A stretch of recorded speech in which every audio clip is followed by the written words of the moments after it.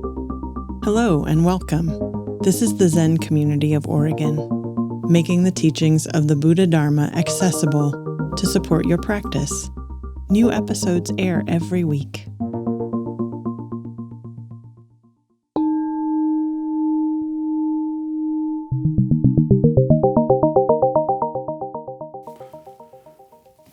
Let's begin taking refuge.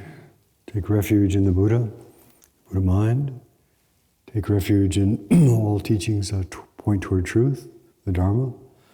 And take refuge in the community of people who have good hearts and are aspiring to see the truth. Take refuge in the Buddha, the Dharma, and the Sangha. The transcendental elements. This morning at the monastery and a couple other times recently, people have been talking about the teaching called the Four Immeasurables. It has several different names. The Four Immeasurables is one. The Brahma Viharas, and Brahma Vihara just means kind of the realm of the gods. Vihara is a place where spiritual people would live in India, and Brahma is one of the multitudinous gods of Hinduism. And it also is translated as, because of that, the divine abidings. So the divine places of rest. So the four immeasurables, four qualities that are the foundation of a healthy life, which are immeasurable. We can't actually put our finger on them and weigh them. We can't actually say how big they are, how small they are. The four immeasurables, when we rest in the four immeasurables, is a place of divine abiding. It's a place of equanimity and clarity. The four immeasurables are traditionally loving kindness, sympathetic joy, compassion, and equanimity. And in Buddhism, we often say that these are the four emotions that are really worth cultivating, worth coming back to, worth making the ground of our being, to really be able to feel passionately. And so let's talk a little bit about the four immeasurables. Now, the function of all these talks or sanzen or any getting together here is to help, hopefully, inspire people to practice themselves, to realize things directly, to know in your own being the liberation that the Dharma talks about, to know in your own being the satisfaction, the wholeness, the completeness that is possible in each human life. So when I'm talking about the Dharma, the immeasurables, the Brahma Viharas, the divine abidings, this is not about some philosophy that we can read in a book and say, okay, if we understand this philosophy, then such and such will happen. It's really to say, okay, here is something each of us can cultivate, can grow, can inspire to, can realize, can manifest, can make the ground of our being, the place to live. The place to live, in this case, we've got these four aspects that we're talking about. Now, there's different ways, of course, of cutting the cheesecake, as you know. But in this case, we start with equanimity. Equanimity means is bigger than tranquility. It's, in a way, it's being able to see both sides. It's being able to be balanced. It's being able to hold a mind that is able to see reality in all of its multitudinous forms with a clear eye. So the equanimity the Buddha talks about is being able to see the up and the down, the in and the out, the crazy administrations, the sane administrations, the things that are going well, the things that aren't going well, to be able to see it all with a really big view, a calm view, a view that is inclusive. And so this is the foundation of one aspect of practice. How do we find a place that is centered so that we can include all of the elements of our life? So everything we see, hear, smell, taste, touch is our life. So we read something in the newspaper about something to the right, it's our life because we're the one who's processing that, we're the ones experiencing that. We read about something to the left, it's our life. We read about, we feel up, we feel down, we feel sad, we feel happy. It's all our life. So the foundation of the four immeasurables is how do we practice, first off, to come to a place of equanimity, facing reality with calmness, with clarity. We can't respond to things if our mind is agitated, if our mind is confused, if our mind is full of doubt. But when our mind is calm and clear and present, we have possibility of responding effectively, responding in accord with circumstances.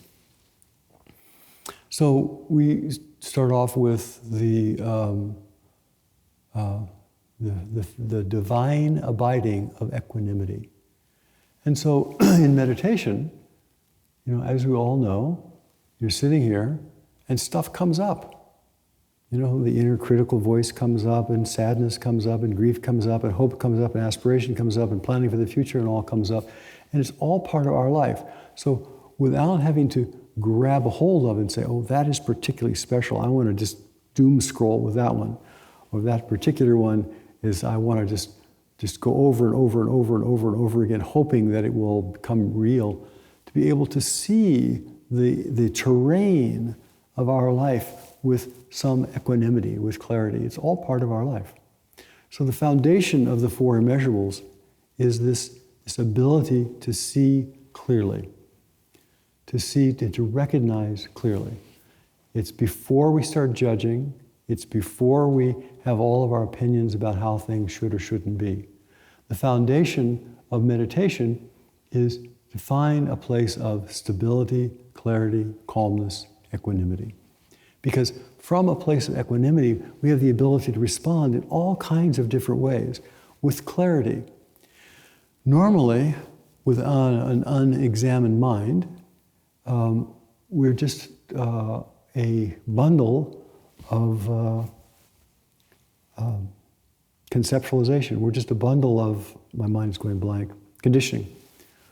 A bundle of conditioning, all the things that the media has taught us and our parents taught us and everyone has taught us, here's how you should be, here's how you should be, here's what you should do. And before we know it, we're no longer actually living our life, but our conditioning is living our life. All the shoulds and the oughts and everything else that is part of the way we were trained, programmed. With equanimity, we have the possibility of actually meeting things clearly and creatively, meeting things without our particular reactive conditioning, without our habitual response, but to say, okay, I can see this from a bigger place. I can hold a big view. A big view, of course, if you're on top of a mountain, the big view is you see the right, you see the left, you see what's above, you see what's below, you can even turn around and see what's behind you. A big view is one that has equanimity and clarity in the view. When we have a reactive view, we collapse, we become tunnel visioned, we are responding out of our own histories.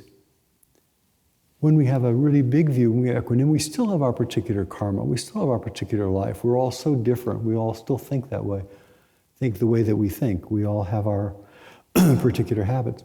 But with equanimity, those can become a tool for engagement in the world rather than a weapon for battling the world. So the foundation of the four immeasurables is this ability to have equanimity. In order to have equanimity in our practice, in order to have equanimity sitting in meditation, we have to have awareness. No awareness, no equanimity. So the process of being aware and even being aware of awareness is kind of foundational to having equanimity. Now, if we look at awareness, all of us are aware. Awareness has certain qualities to it, which we can all discover. And let's look at awareness in two ways. There is I'm aware of that thing over there, versus awareness itself. So if we look at awareness itself, it has certain qualities. What are some of the qualities of awareness? Neutral. It's neutral, okay? It can be aware of everything neutrally. What are the qualities of awareness? Inclusive. It's inclusive. It can be aware of anything at all. So awareness is inclusive and it's neutral. You know, we're not saying, okay, I'm going to be aware of only the left half of that, not the right half. I'm going to be aware of whatever is in that field. Okay? Alert. Awareness has an alertness to it. So alert awareness is, in a way, the foundation of our life. If there's no awareness, and we're not alert, I'm not sure anything exists. All things exist when we become aware of them. So awareness is actually a pivotal quality for being alive. And to have alert awareness, we're alive. What else? Non-discriminating. Non-discriminating.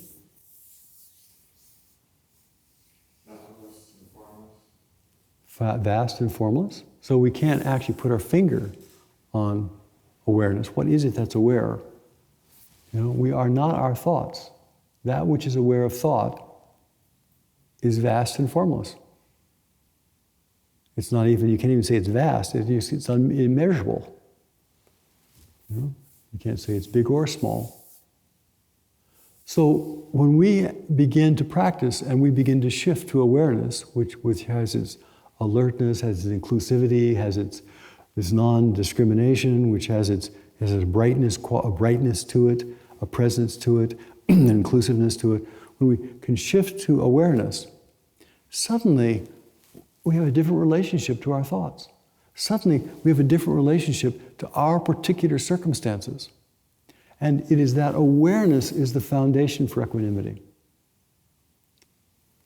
And that's part of why we come. You know, we come to practice. We come to be able to sit down and get out of the reactive mind, move to awareness. Now, if we have awareness, and that is the practice, the awareness, just watching thought go by, watching emotions come and go, watching the circumstances of our life change, then if we just do that, it's a little dead. You know, we can all just sit here and say, I'm aware. But so there's got to be an engaged quality to awareness. And the first thing that we talk about with engagement is loving kindness. What is loving kindness? What is loving kindness? Unattached love. Unattached love. What's the love piece? Interest. Interest. Attention. Attention. Appreciation. Appreciation. Care. Wanting what's best for another. Selfless. What was it? Selfness. Selflessness. Oh, okay. Loving kindness is selflessness. So this quality of appreciation, of seeing things as they are, we can't love something without accepting it. We can't say, I love you, I hate you.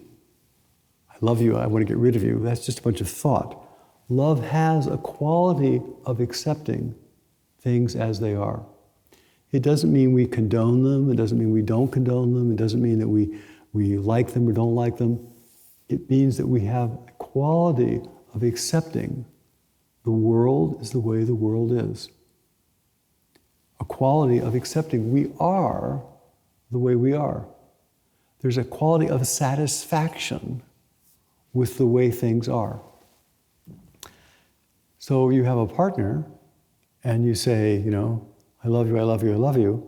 But if we're not satisfied with who they are, then we're basically saying, I want to make you better, I want to make you different, I don't like who you are, you're an improvement project, I want to get rid of the parts of you I don't like, and I want to get the parts of you I do like better, and I want you to agree with me.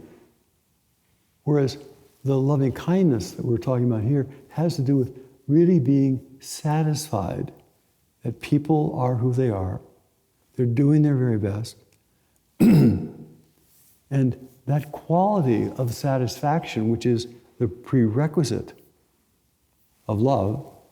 You have to love someone as they are, not as you hope they would be, not as you think they should be, as they are. And again, it doesn't mean you condone, it doesn't mean that you affirm, it doesn't mean you give them all your money, and it doesn't mean you invite them home and sleep with them, but it means that we have the clarity to see things are as they are.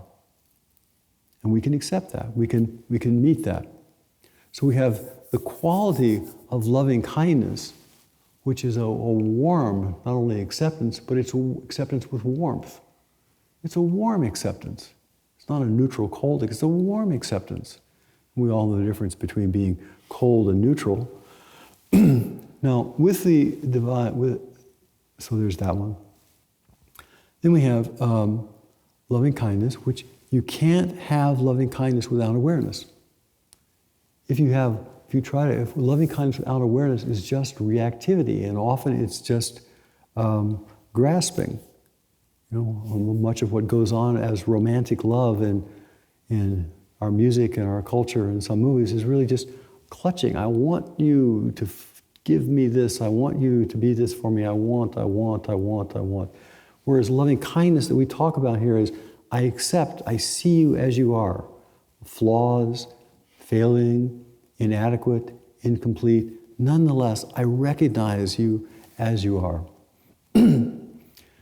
Then we have the compassion.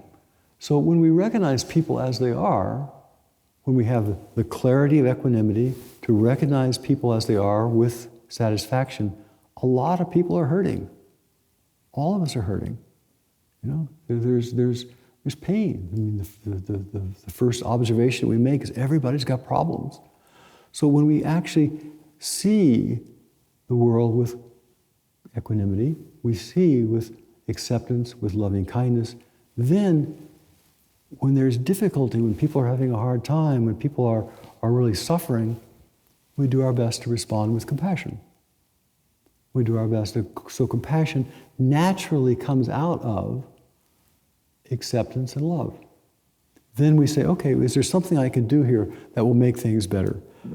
And sometimes the only thing we can do is just pay attention, just be present, just be connected. And sometimes we can give people something, and sometimes we can offer some medicine, sometimes we can invite them to look at their own mind. But with equanimity can give rise to loving kindness, can give rise to compassion. And then compassion is not just a state, but it has to be compassionate action. Because if we just feel something inside and we don't actually give expression to it, it has a kind of staleness, it has an intellectual quality to it. So we give expression to it.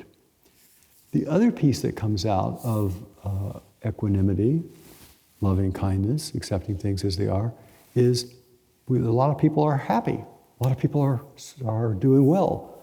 And so to appreciate other people's joys, to appreciate other people's enthusiasm, appreciate other people's successes is the other element here. So we have equanimity, loving kindness, and then compassion for those who are suffering, and sympathetic joy. I will be one with you in your happiness and pleasure. And these are considered the emotional ground of practice. There's one more element here. And that is that there are near enemies to this. Enemies and near enemies. There are ways of faking it. And the faking is not particularly, it kind of looks the same on the surface, but it doesn't have the heart or the spirit. So with equanimity, what's something that is an imitation of equanimity that's not the true spiritual quality? Numb. Detachment. Apathy. Spaced out. So equanimity has the enemy of equanimity. It can look like equanimity on the surface of things. Spaced out, numb, detached, indifferent. Indifferent is the classic one. That I'm equanimity, I'm calm, and I'm equanimous, I'm calm, and I'm serene. And really, you're just indifferent. That's not the quality, but it pretends it can look like it. Well, what is the antithesis of what's the pretend for loving kindness? Sentimentality. Sentimentality, perhaps. What else? fixing, Sugar-coated praise. sugar-coated praise, yeah. Possessiveness. Possessiveness. Excuse me? Codependent. So, what we call romantic love kind of looks like love, I want you, you're so beautiful, or, you're so handsome, you're I have these wonderful qualities. But that kind of root has a kind of grasping to it. I don't appreciate you for who you are, I appreciate you for what I might be able to get. And so, certainly in our media, we have all these expressions of loving kindness, but it's actually expressions of a kind of greed, kind of clinging. So for compassion, Pity and feeling sorry for. pity and feeling sorry for.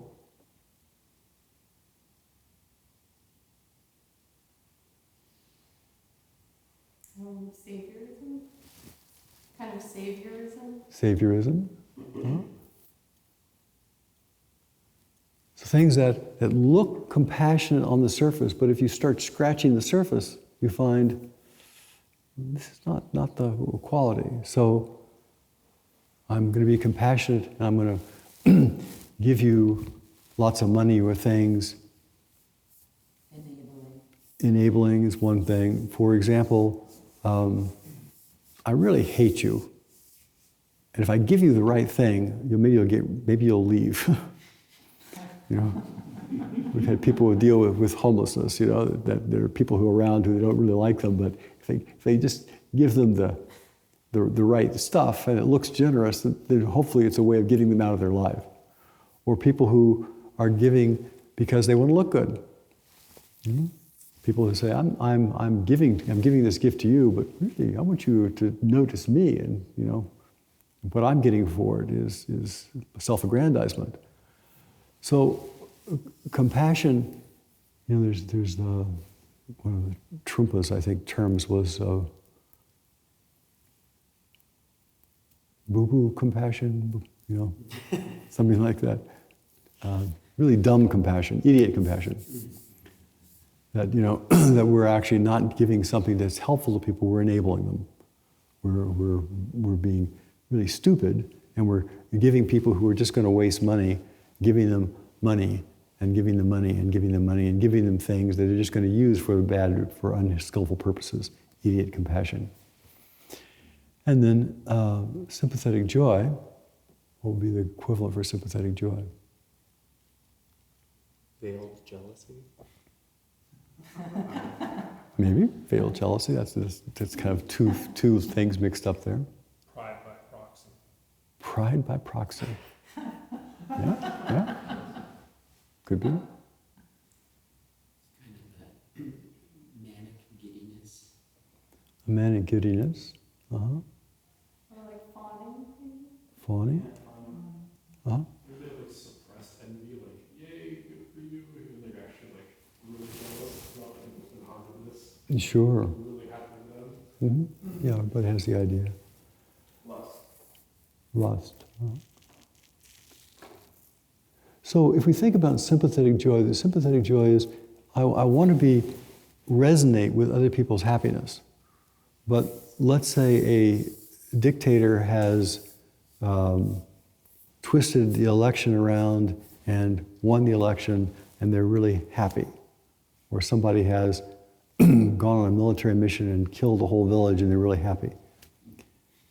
It doesn't quite do it, So I think that the way I would think about this sympathetic joy is, we're not sympathetic with people's excitement. Somebody said giddiness. If people are giddy and excited about unskillful things, if they're giddy and excited about things that are harming others, if they're giddy and excited and they feel like, oh, I have triumphed, that is not what sympathetic joy is about.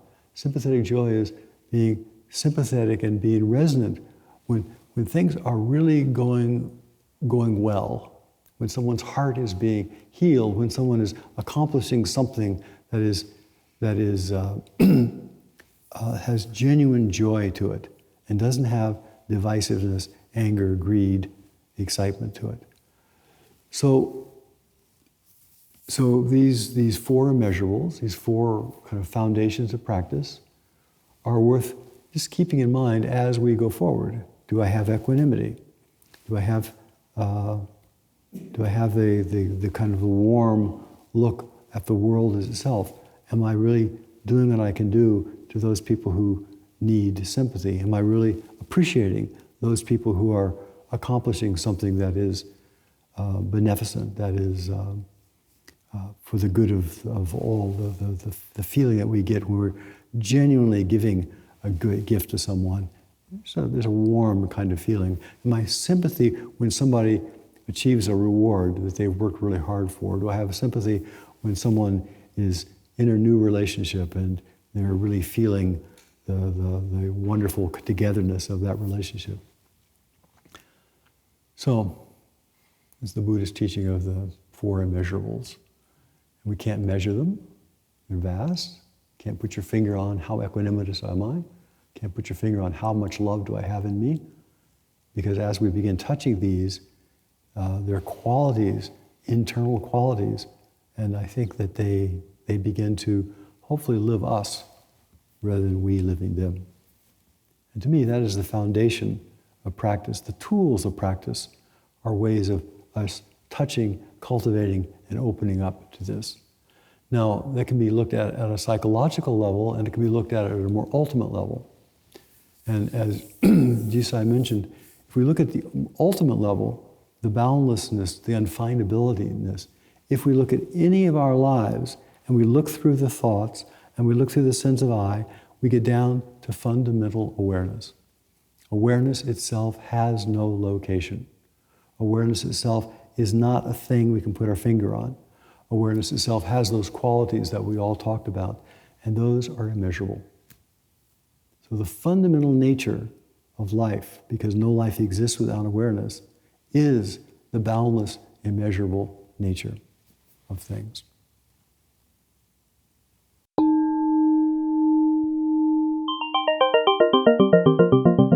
Thank you for listening to the Zen Community of Oregon podcast, and thank you for your practice. New episodes air every week. Please consider making a donation at zendust.org. Your support supports us.